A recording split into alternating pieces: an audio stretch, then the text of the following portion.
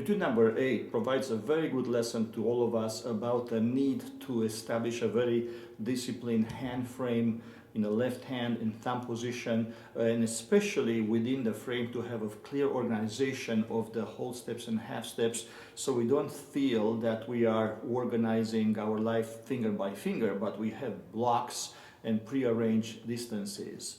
The success of our intonation will depend largely on what we do with the wrist and the elbow while we play all these patterns.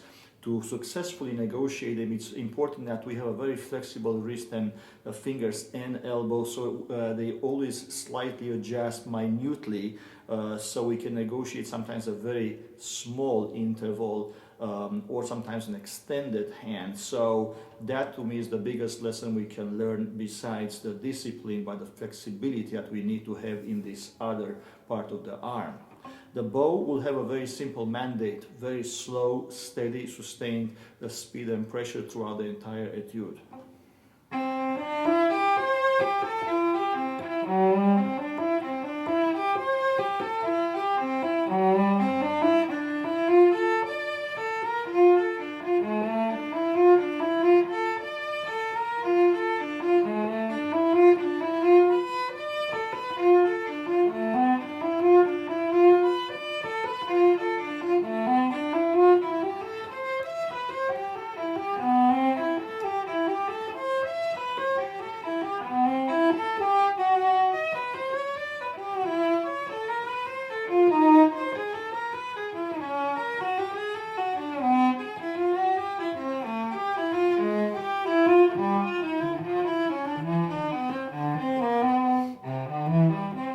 And of course we have the same exact material, one octave lower. Now, what is important to note is how different is the location or the height of the elbow as opposed to where I started. Gradually it becomes something quite a bit of a higher altitude for the right angle to be obtained by the left elbow. So the right angle means what is the most comfort that we can get to the left hand to play its intervals and patterns. So the elbow really has to travel and adjust all the time, no matter where we happen to play, to get the very best intonation possible.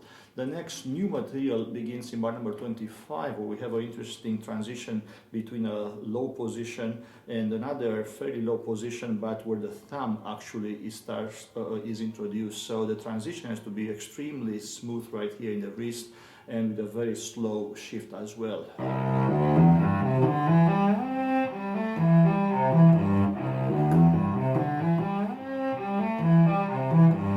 And as I go through the next few bars where we go much higher in terms of positions, you will see how once again I'll have to be very, very flexible, and I have some minute intervals, especially the half steps. So again, the flexibility will be the number one priority as I play the next few bars, or in fact all the way to the very end.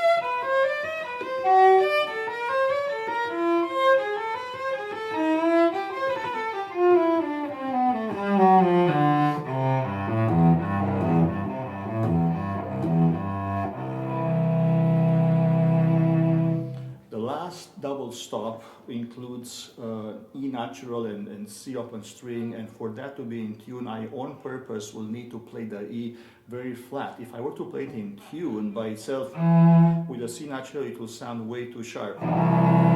So on purpose, knowing that, I will place it lower.